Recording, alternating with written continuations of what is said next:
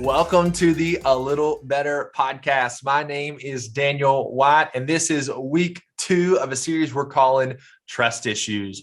We're taking a deeper dive into this past Sunday's message from our lead pastor, Drew Karshner, where we were in week 2 of a sermon series titled Against All Odds. We're looking at key figures in the Bible from the Old Testament. We're going all the way to the New if you follow through this whole series, where they were in these key moments in their life where they had to trust God.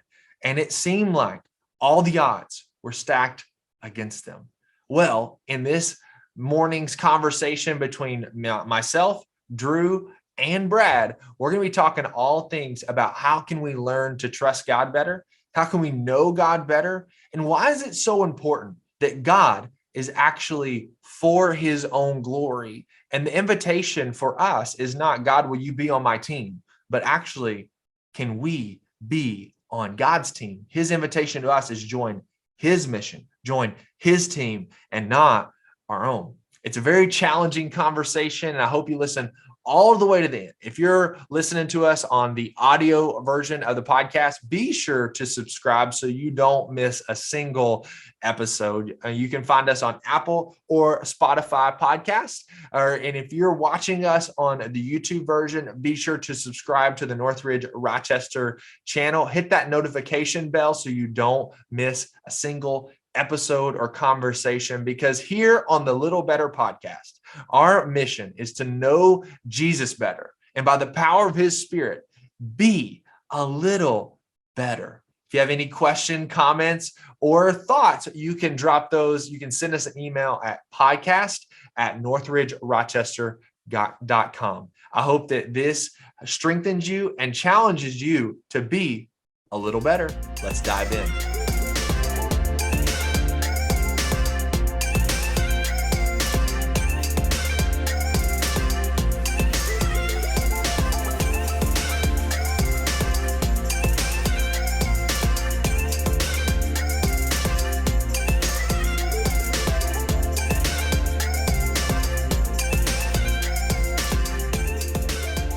Welcome to the A Little Better podcast, Trust Issues Part 2. Drew, how you feeling from Sunday? I feel good. It was a long weekend, right? 2 messages back to back, but I'm feeling good, feeling strong. I feel like the series has started off well. I feel like it's hitting people right where it needs to be. So I'm feeling pretty good. How are you guys feeling about it? I'm feeling great. Yeah. Love getting beat up every week. well, Drew, those of who may have not been at Sunday or still haven't missed that first couple of minutes of your message, you talked about the exciting things that have been happening outside of Sunday morning at Northridge. You want to give us a brief recap of those few things you hit? Yeah, I mean, Saturday night we had, almost full house of people worshiping, young adults conference with vertical worship, kind of ending the charge. It's a great day. I just think it's really cool when young adults give up their Saturday where they can choose to do anything they want, and they're in, a church building worshiping the name of Jesus. That's amazing. And I just even saw on Instagram, groups start this week. So, hey, if you're not in a group, remember, you need to be in one. If you are, you're going to go and you're not going to check the box. So just remember those things. I just see these young adults, they got group, they're literally playing games. They're diving into community. And I just love the future of our church. We talked about middle school at Webster, right? 37 kids, 12 new. To start, like how many youth pastors they do, like how much start a youth ministry? 37 kids, right? That's awesome. So story of reality. That's just 6th, 7th, and 8th graders too. So that's incredible. Yeah, it is. Yeah. I even let some old people sneak into the house on Saturday night. So I got to see, I agree with you 100% true. As having 4 grown kids, just to have a church that ministers to, connects to, is relevant to, so, older generation hugely encouraged, because it's, it's not about us. We want this to outlast us. Well, and to the older generation, I failed to mention this, so I apologize. They only give me so much time, just for the record. We launched a kind of a group that will minister to retirees. It's called Young and Free. They had their first event on Saturday night, and I think they had about 20 people. So, hey, if you are part of that older generation, you are not left out at this church. There is a place for you. Yep. We need your wisdom, and there's a place where you can grow with people your age. It's called Young and Free. If you have any questions about it, reach out to Nate Miller or Jan Armour. They'll get you all the details. Nice. That's incredible. I didn't even know about that. That's awesome. I didn't know either. So maybe I'll speed up my retirement plan. Brad, come on, be honest, Brad. Did you just ignore the invitations? You're like, I'm still young, baby. I'm still young. Oh man, I have a bad time keeping up with email. It's true confessions out here. So preach, bro, preach. That's incredible. Thousands hitting me every week, it seems. So, oh man, I got to unsubscribe from some pretty lame. Hey, and just for the record, all the podcast people want to hear this. Yo, did you see like Cowboys pull that game off? Go, baby! Woo! You know you're going to hear it on Sunday. Let's go. Oh man. Well, in light of talking about trusting in something and trusting in yourself, we were talking before the podcast about just this question, Drew. You talked about how we trust in ourselves more than we trust God. And I'd ask all of you guys about if you had a story about a time where you've trusted in yourself and it turned out where you looked dumb or it didn't turn out in your favor. Brad, you want to share that story with us? Well, I only get to share one, right? Yeah, you only get one. You only get a few moments. We got to actually talk about important things after this. Yeah, I think top of mind for me was leaving home at 18 and heading off to university and secular university, and I thought I was hot stuff. I mean, high school was easy, and I think I really did. I trusted in myself, and it went badly. I failed 2 courses my freshman year, first semester. I would have failed a third had I answered another question wrong on a final.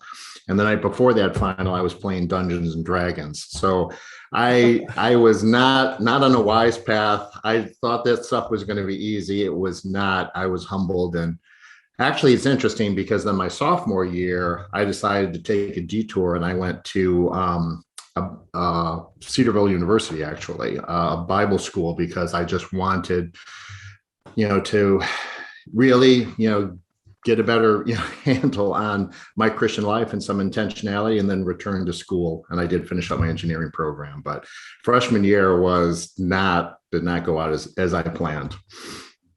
Drew, can you say that at nights in college you were playing Dungeons and Dragons too, or is that just Brad? I don't think Drew was a Dungeons and Dragons guy. I'm going to throw this out. I don't even know what Dungeons and Dragons is. So I've heard of the term. Drew. I've heard of the term. I can honestly say I don't actually know what it is. Well, definitely didn't trust God. What Christian would play Warcraft? Right? Is that kind of the same thing? Yeah, that's kind of like a digitized online incarnation. Yeah. It's like Dungeons and Dragons, like the community group version, right? It's like face to face, pencil and paper, rolling some dice around and stuff. I mean, that was definitely not trusting in God. Speaking of trusting in God, like it's been really cool to see how many people I've talked to who have just said, man, I needed this series, right? Mm-hmm. You plan, right, and you hope, and you lean on God and the Spirit leading you. When you write sermons, you come up with series, right?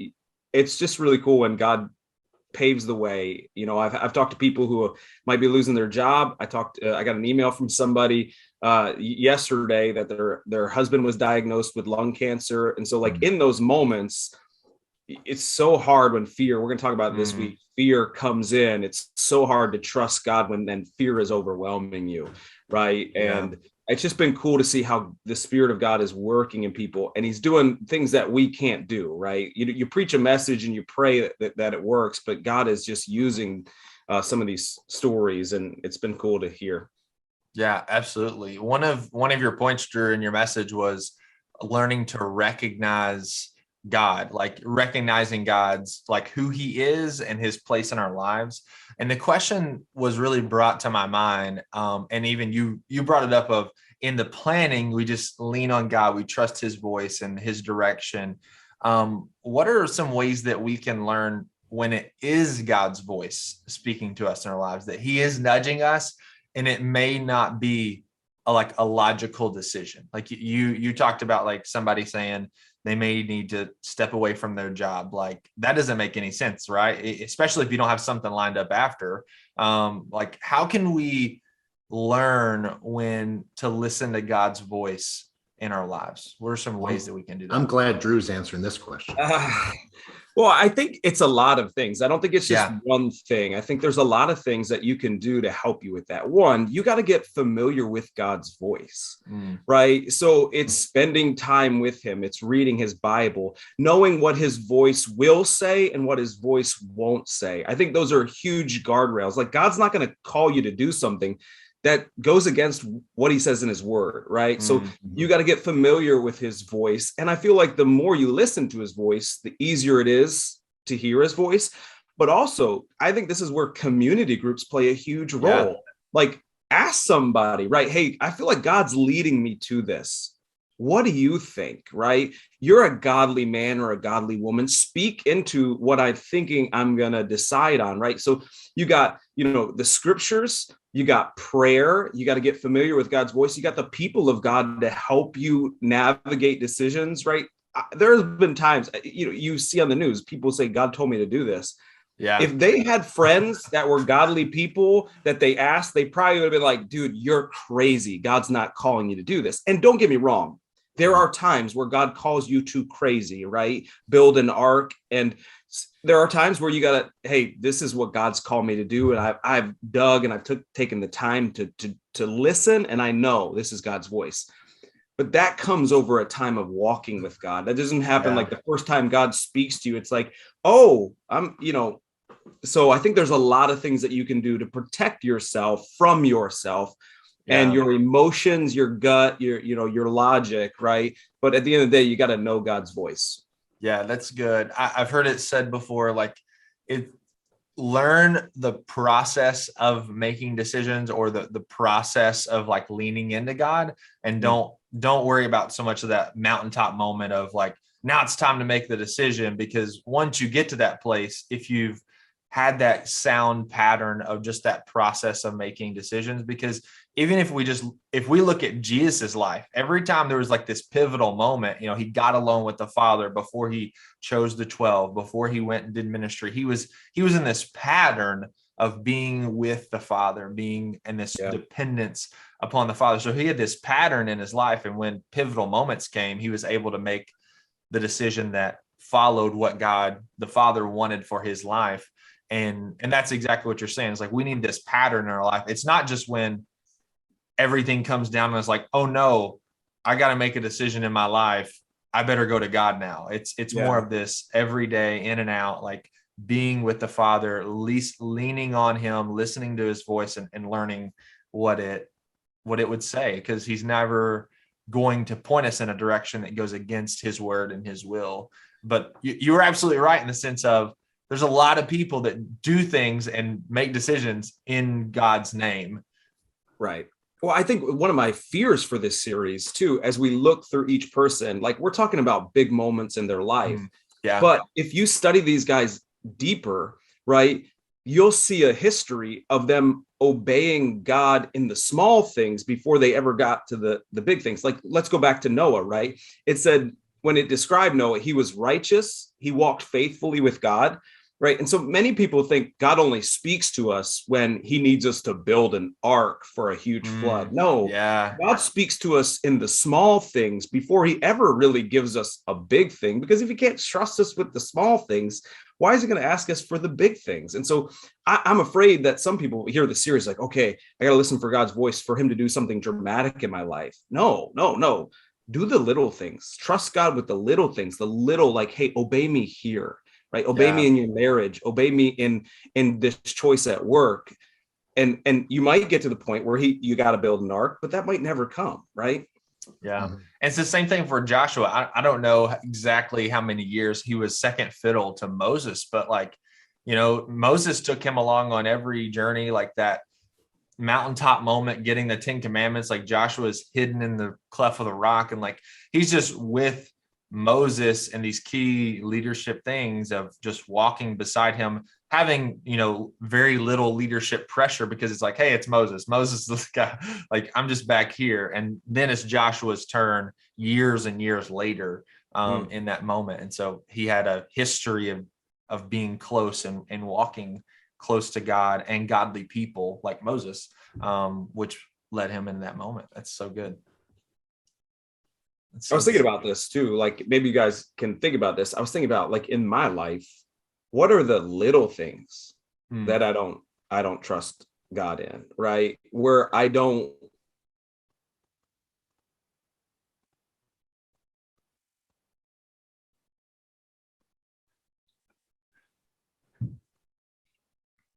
Okay, Drew, start back. Yeah, you paused at what are the little things, and then it cut, so you can just pick up and go from there.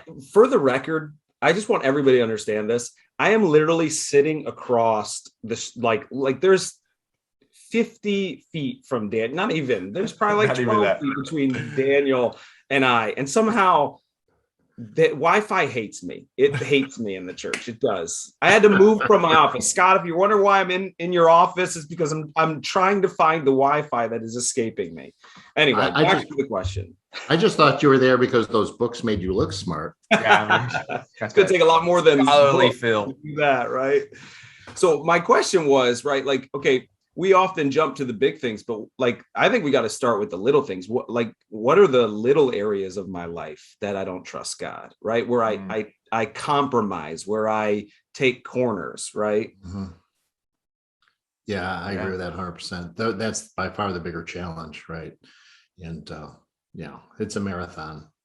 Yep. Yeah, and that leads us into, like, in that trust, it goes back to your question of logic or gut, right? Do we logic our way around the trusting God in those little areas, or do we just, like, are we subject to our guts of our emotions of it's just when we feel it, we do it, and we don't even think about that? Where do you guys land in that? Like, you preached it, Drew, but you didn't share, like, oh, I'm 100% gut guy, or I'm 100% logic. What are you? I think most people probably realize I'm a gut guy, right? I'm the guy who hears the worship song and I'm like, let's go. I'm storming the gates of hell, and God's like, whoa, slow down, bro. Easy, right? You need me. That's my problem, right? Like, I think I got this. Yeah. Like, I'm ready, I'm willing, and God's like, hold on, you've gone without me, right? Mm-hmm. Yeah. What about you? I thought a lot about this when you're asking it. So I'll be wishy-washy about it. I think there's times that I'm both, but I also wondered if it was a function of age, where it's just like younger people, especially new believers, right, on fire for God. It's easy to let that gut, there's so many mountaintop experiences and charge the hill, kind of thing. And then you get older and you get jaded and cynical, and then you use logic, as an excuse to just discount all that enthusiasm around you. So that's that danger, for me, is to overanalyze and get logical about it, and paralysis, from analysis. So I would probably say I certainly remember lots of gut, especially young, just making big decisions, changing schools because I thought that was obedience to God and those sorts of things. But I know the danger for me is to be a little too cynical, a little too logical as I get older. That's good. Daniel, what about you? See, I've thought about this, and I think I am a logical person in the sense of I like making plans and I'm a planner. But when it comes down to, like, making decisions, I'm a gut person. I go off my feeling. I'm like, I got this. I know the answer. And people ask me, well, how do you know? It's like, I just know. I just know. And in those big pivotal moments, I need to slow down. I have to force myself to slow down, to lean on God, making sure I'm not going in. I'm not going to be the guy that's blamed for being delayed in my response. I'm the early adopter on everything. It's like I'm got the guy that's the Kickstarter. It's of the new whatever. It's like, oh, I'm an early adopter in that sense of I claim to fame in that regard. So I didn't have time to get into this, but I when you think about these two people, right, you got your gut person and your logic person. I think the struggles, right, are different when it comes to certain things in the way. So like, if I look at the story of Joshua, I think the logic person just struggles with the plan, right? Like, this doesn't make any sense logically, right? Walls don't fall down, right? Like, so their struggle is a lack of faith, right? So like, I think most logic people, if God called them to the impossible, would they believe it? Right. Yeah. But then on the other hand, there's people like me who are like, once God said like, yo, I've already delivered in your hands, I'm already running and fighting the battle. It's like waiting on God for direction because my emotions have already led me. And like, I'll do things in the name of God when God's like, I never told you to do that. Yeah. That was your emotions. And so there's this, each people struggle really with the same thing, but it looks, they attack it differently. Yeah, because I'd be shouting on the second trip around the walls. I wouldn't wait till he said shout. I'm shouting. Here we go. Let's go. Yeah, absolutely. Well, cool. In that moment of talking about the walls of Jericho, that story with Joshua, and that pivotal encounter. We know the story. If you grew up in church about the walls of Jericho, and it's like a miraculous story. It's kind of like one of those children's Bible stories that we say a lot, but we don't talk a lot about the encounter that Joshua had leading up to his leadership moment that he's, made famous for, in air quotes. And you talked about that, where he met with the commander of the army of the Lord. And you had some good stuff on this, Drew, that this you can find this in Joshua 5:13 and 14. You shared those passages. But talk about that moment where Joshua encountered the angel, or the person who looked like a man in front of him. Yeah, I think this is the coolest part of the story, because for me, like, this could be Jesus, right? So that just elevates it. Like, the commander of the Lord's army, he's worshiped. So it's God. We know it's God. So what part of the Trinity is it? I think the easy assumption is Jesus, right? Is Jesus. Mm-hmm. And so I get pumped when Jesus shows up in the Old Testament, right? Like, it's like, oh, let's go. Let's do this. But I think there's a couple like amazing things that happen here. One, I read a lot in the theological world that a lot of scholars believe, not a lot, so some scholars believe that in this moment, Joshua steps out of the natural world and sees the supernatural world. So what they're saying is, like, the army and the nation of Israel did not see this commander of the Lord's army. Only Joshua was privy to it. And so Joshua sees the commander of the Lord's army. He says, I have now come. Why is he showing up? Because he's going to take down the walls of Jericho, right? So the shout, the march around was just a trust issue for Joshua as the leader.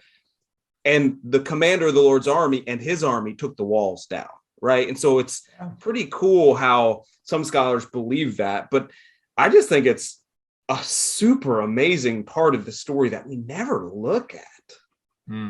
That's good. And remind us, those who may haven't listened to the sermon yet, why do we know, or what conclusions lead us to say, like, oh, that's Jesus, that's not an angel? Yeah, Joshua's response to, once he recognized who this person was, he worshiped him. So obviously the scriptures make it clear we don't worship angels, right? And then he says, you're on holy ground, right? Who creates holy ground? Only God does, right? And so we know this is God. We know this is his presence. This is the same, thing that, he said to Moses when he called him. And so again, there's this kind of similarity between Joshua and Moses here, where God's almost affirming, you're my leader too, right? I need you to trust me. I'm trusting in you as the leader of the nation of Israel to trust me to take care of the plan. Yeah, absolutely. I love this part of the story in the sense of because it shows us that the Bible, I don't know what I was about to say, B-O for whatever reason. The Bible, the Bible, the Bible, it's a supernatural book in the sense of it's a spiritual book, and in our world, the world that the Bible presents, and even our modern world, is a supernatural world where there are powers that we can't see. And the struggle I think most Americans or Westerners have is they are very logical or gut driven. It's like what we can see, what we can feel. We're very tangible. We're functional in the sense of Gnostics, in the sense of we've separated the times in that regard.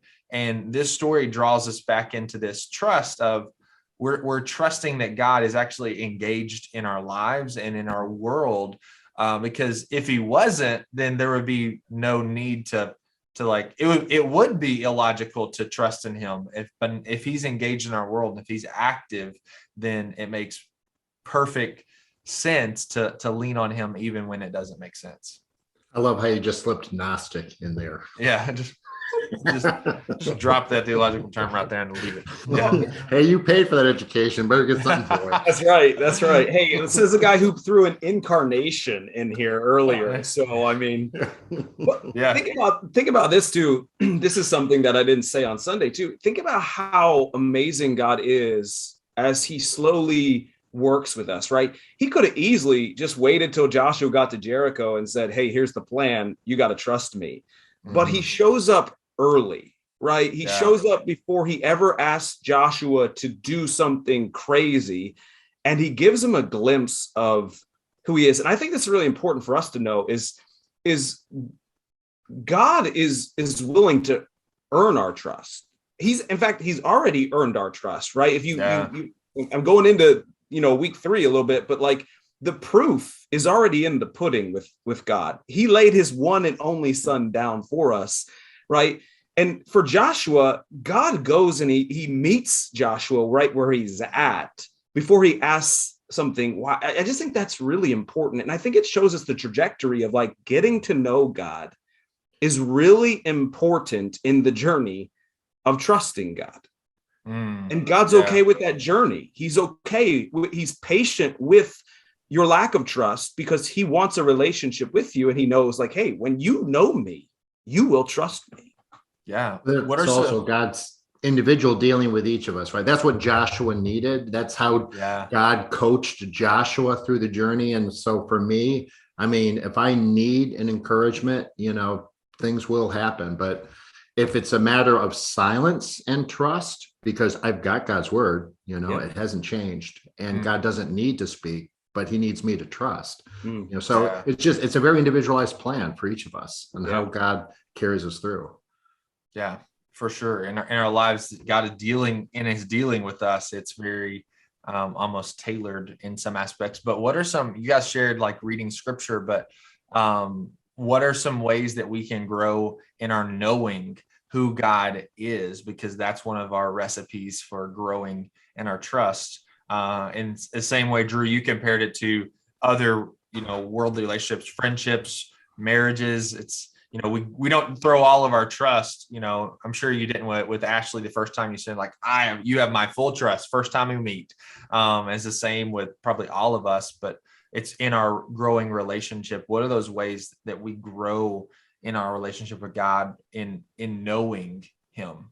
I want to answer this question in 2 ways. I'm going to talk to first, like the spiritually mature, and I'm going to talk to the gut and the logic people, right? So for the spiritually mature logic person, I would say, let God stretch your faith, right? So take risks, right?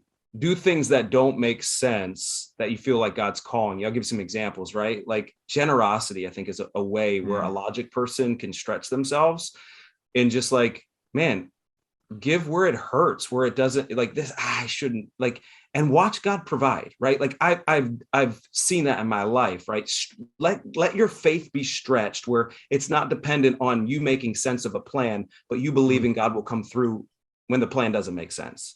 Now, for the gut person, I would challenge you to wait on God, right? So instead of rushing to something, make sure you have confirmation from God. And so for people like me, it's hard to wait on God when you're like, I think I should do this.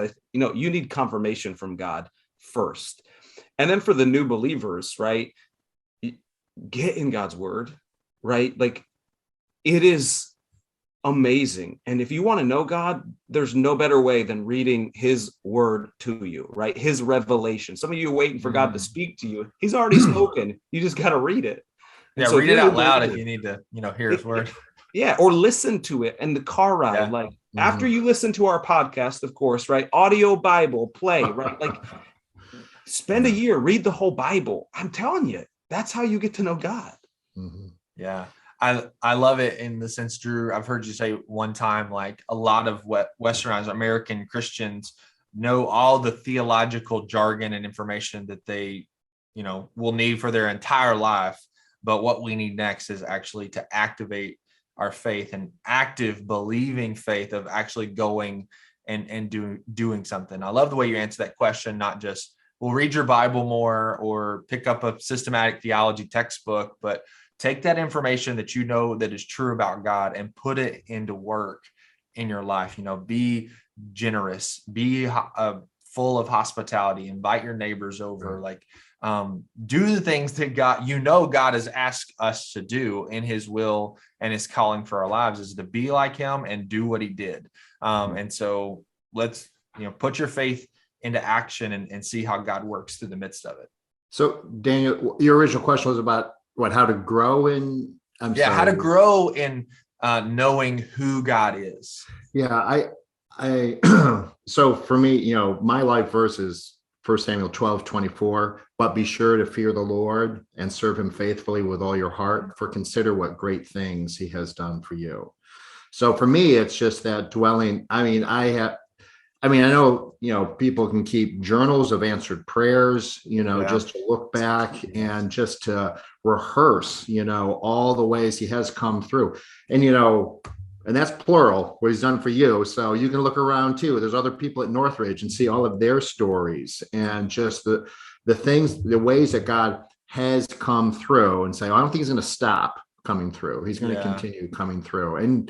And what he's done in the past is plenty sufficient, for confidence for the future. Right. I think that's an awesome point. This is one thing I've done really recently is just journal. And I have a journal that says basically what prayer request has God answered. It asks me it every day. And it's interesting. I have to think through that, because one of my points was God has a history, right? Yeah.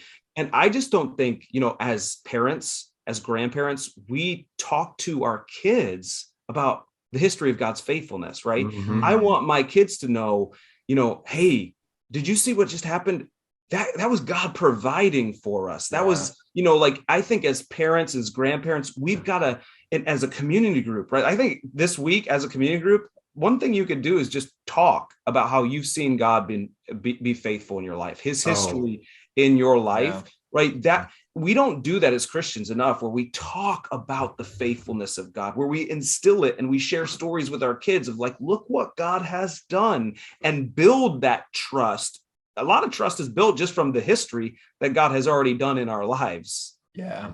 Yeah. We're almost blessing greedy in the sense of we don't live in the current blessings because we're waiting on the next one. Of what God has done. And if he stopped doing everything, he would still be worthy of all of our worship because of how he's been faithful through our individual lives and holistically families, and the history of humanity. He's been faithful. Drew, one of my favorite parts of that passage that you highlighted on Sunday in Joshua 5 is Joshua's question to the commander of the Lord's army. And he says, are you on my team or the enemy's team? And he said, neither. Because he points out that he asks the questions, are you on God's team, essentially? And the question prompted in my mind, you really laid that out very clearly, but the question prompted in my mind, why is it right, actually correct, for God to be for his own team and not our team? Well, at the end of the day, it's because God is in it for his glory, right? And that's what he's after, right? His will, not even, we see Jesus at right before he dies, right? God, not my will, but your will. I mean, you see Jesus, who's God himself, like making that statement of like, Jesus even said, I'm not for myself, God, I'm for your will and your glory. And, again, I think we want a genie in the bottle. We want God to come out of his lamp and say, hey, here's what I want with my life. God, could you draw that up and make it good? And that's how we pray, right? It's how we God, I need this. God, I want that. None of us are praying, God, I'd like to suffer, right, for the name of Jesus and for your glory, right? If that's what you have for me, I want to bring you glory. So, yeah. Because he's the only one who is perfect and holy and fully righteous. And so it's a weird tension in the sense of to say that God is for his own glory, his own honor, his own, because if any one of us did that, it would be sinful to self-promote and just regard. A bad idea. Yeah, and a terrible idea. I'm not smart enough to be captain of the team, right? He's got a much better plan. Right. When we say we're after our own glory, that's selfishness. But when God says he's after his own glory, that's not selfishness, right? Those two things don't translate. Well, his glory is blessing us. Right. Exactly. And I often get to this place of just really, submitting to God's glory and just saying, hey, whatever. I mean, if I burn up in his presence, I burn up in his presence. I mean, I don't get to tell God what to do, and it's all about him. And if he wants me, poor, my house to burn down, whatever, but then I read Psalm 103, where I love that Psalm where it's just about, he heals all your diseases. And it's so full of blessings that God glorifies himself by what he accomplishes in us. Yeah. So and that's good to trust that that's better than what we had planned for ourselves. Absolutely. Because if we actually live out the theme verse of this series of in all of our ways, we're submitting to God in all of our, desires and all of our actions and all of our intentions, then God will honor that. And I believe that's who is in his character, who he is. But the problem is a lot of the time is we're not living that out. One of those ways is off, either what we're doing, why we're doing it, or what we actually want. We have ulterior motives, and it's God working in our sinful hearts to cleanse them and purify them so that we can trust him with everything we are, not lean on what makes sense to us, and submit our ways to him. If it doesn't turn out that way, then we trust that his character and his track record, he's got the best thing in mind for us. Yeah. Bottom line is we just don't believe God's glory is what's best for us. Right. Yeah. Absolutely.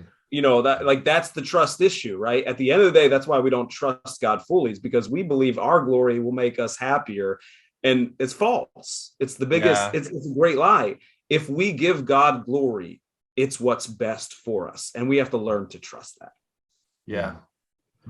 Daniel, I agree that question was the one that I was talking about. I think it was two things that people were talking about after the sermon. We went out, and I know this is true. We went out to lunch with friends afterwards, but what is it? The haka?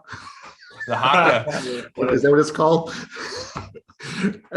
I mean, Jean Baxter could have written a term paper. She dove right into that and learned all about that. That was so amazing. And the other thing was that what team are you on? But I know that I've talked about submitting to God, and I wish that was true all the time, but I slip into negotiation mode all the time. It's God's plan plus or God's plan minus. It's just like, God, let's work on a win-win here. You get some of what you want, but do I really have to give this up? Or I'm terrified he'll ask me to give up something. But to truly trust that whatever he wants it's better than what I think I want. It's hard for me. Absolutely. Well, guys, this has been a great conversation in this regard. And I think the thing that we can leave off with is our theme verse, to trust in the Lord with all of our hearts, not lean on our own understanding, and in all of our ways acknowledge God, and he will make our paths straight. Drew, what do you want us to know for this coming Sunday? We're just moving one book. So we're going to Judges. I won't tell you who we're talking about, but I'm going to talk about how God has already proven he's worthy of our trust. And another wall that gets in the way is a big old thing that we know so well, fear. So that's all I'll give you. Awesome. Well, we'll see you on Sunday and next week on A Little Better.